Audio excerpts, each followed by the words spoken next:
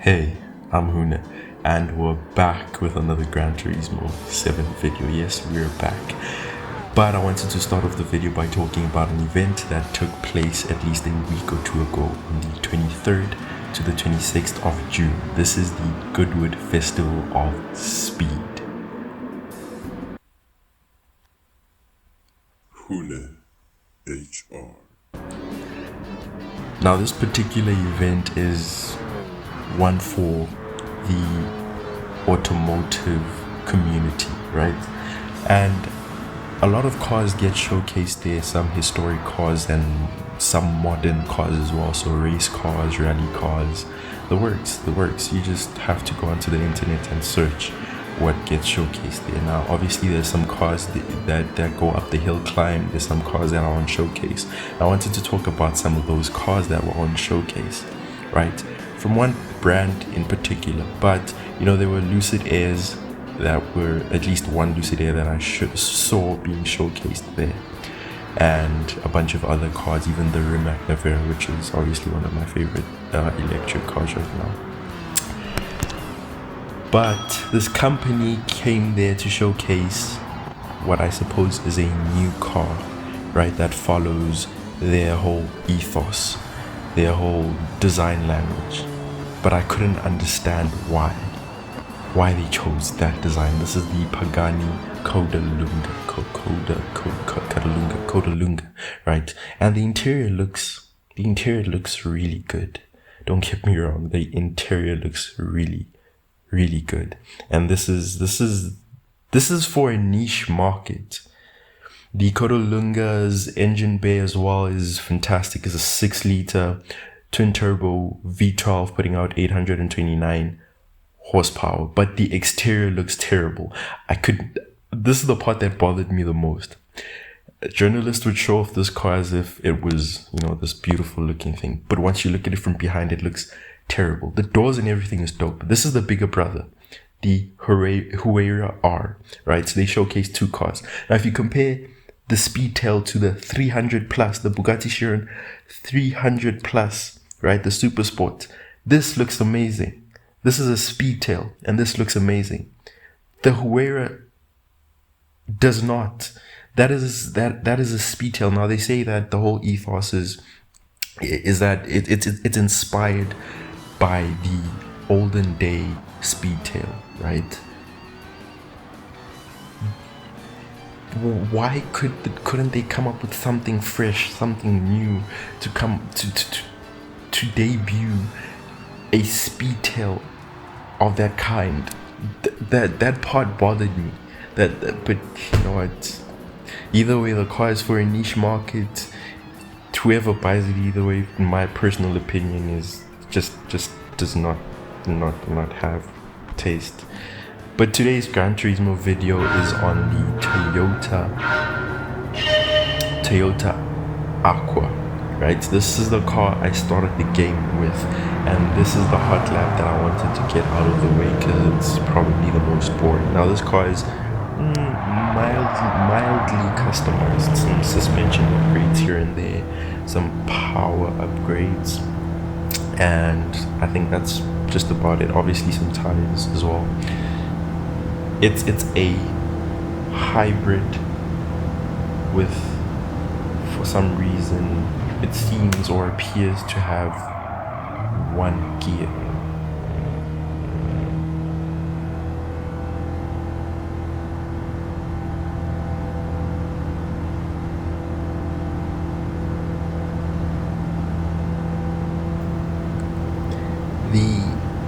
The Toyota Aqua seems or appears to not have any gears. It is a hybrid. So on the bottom left, you can see this little green bar that shows the tank or the electric batteries as I'm obviously consuming them throughout the Hotlap. Now we're at the Red Bull Ring, and if you listen carefully, you can hear it doesn't seem to change any gears. And I also, for most of these Hotlaps I'm going to use, manual transmission. So for this car, I simply did not have the option. That's really, it sucks, but it obviously it made the job a lot more easier for me. And this car it wobbles a lot, right? It's top heavy for some reason. Obviously it probably just boils down to how the suspension is set, and I didn't really invest time or even in-game credits just trying to upgrade this, because that's honestly a long process, and I was more keen on the other stuff. So for this lap, I reckon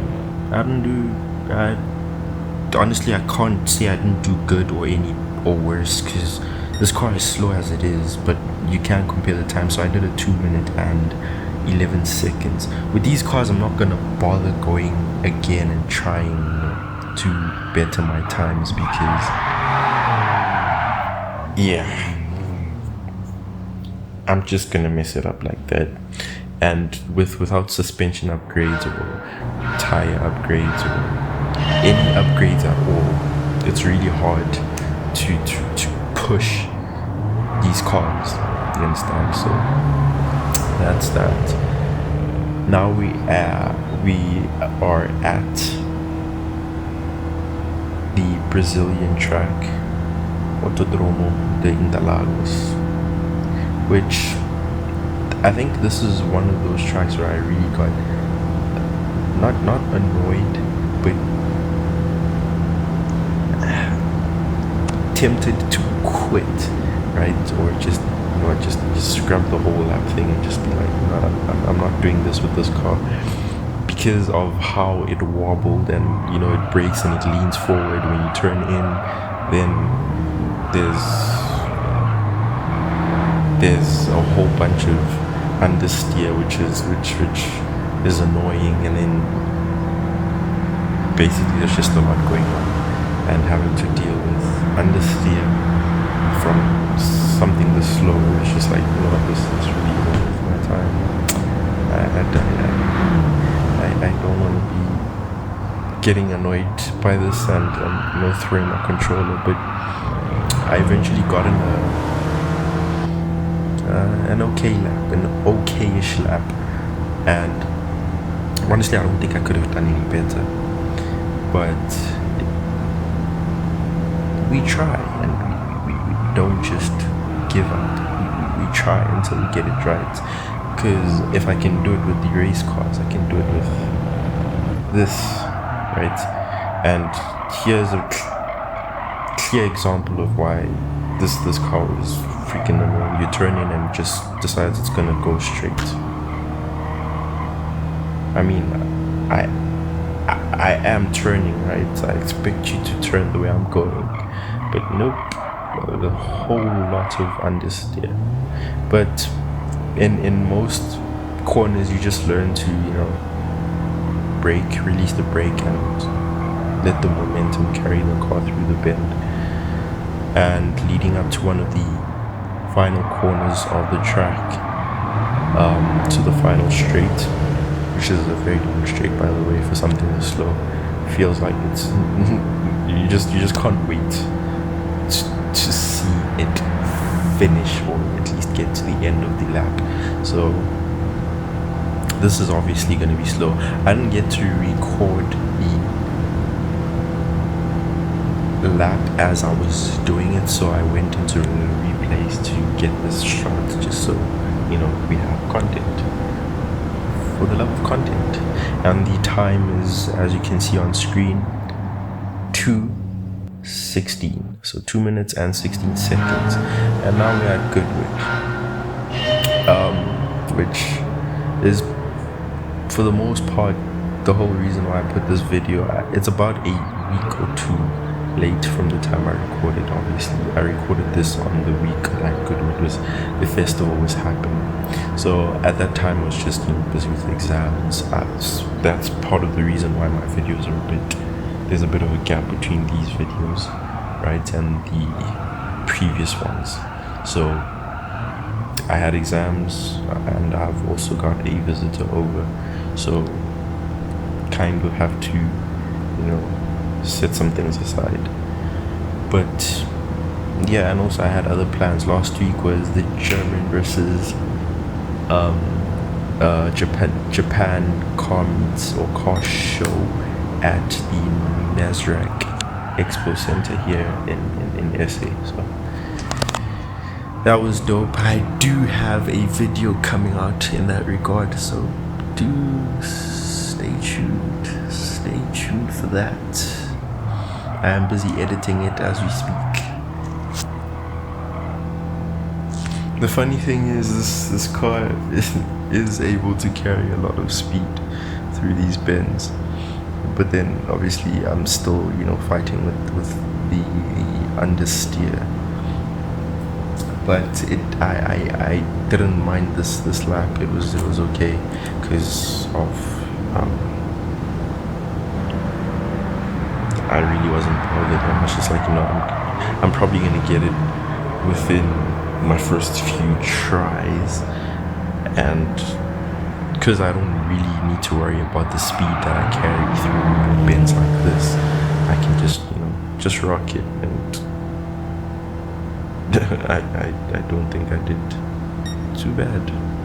I do not think I did too bad. And that bend is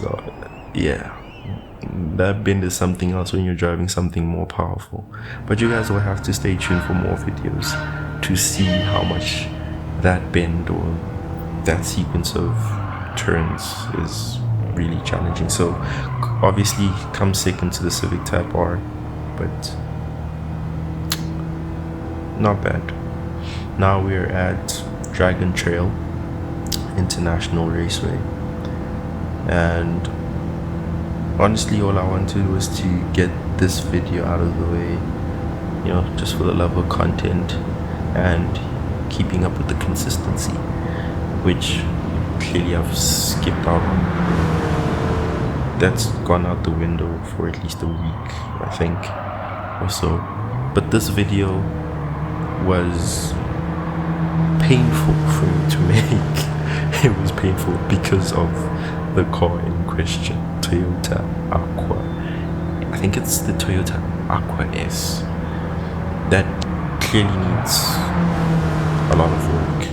So maybe, I don't think I'll come back to this car should I customize it and give it, the necessary upgrades. Plus it's hybrid. I don't think anyone wants to watch that. I mean, it's already hard getting people to watch videos on Gran Turismo 7. So it's, bear with me. So I do have more videos coming out, and obviously, like I said, probably my very first vlog. It's far from perfect, but it's a learning curve. I'm going to call it a learning curve. The Aqua S through those bends or curves wasn't really a handful or a problem. So leading up to the death chicane as the last bend, I really have to time it, but it wasn't bad because I think the brakes held up well, so those bends don't really bother me as much. Now the death chicane, given how slow the car is, it's really not a hassle getting through this chicane. But obviously I did lose control there, and nothing happened there. But I was just like, I'm not doing this lap again. I'm not doing this again. No ways. After hitting the wall, usually that's just like you're disqualifying. That's like a penalty or something. But I'm just like, I've already lost time touching that wall. I'm not doing this again. No ways. Just because of how slow the car is, literally. But yeah, I really hope you guys enjoyed watching this video. I did a 2 minute and 28 seconds. Not bad. So I really hope you guys enjoyed watching this video. Please stay tuned for more videos, including a possible vlog somewhere in between these videos. Thank you guys for watching.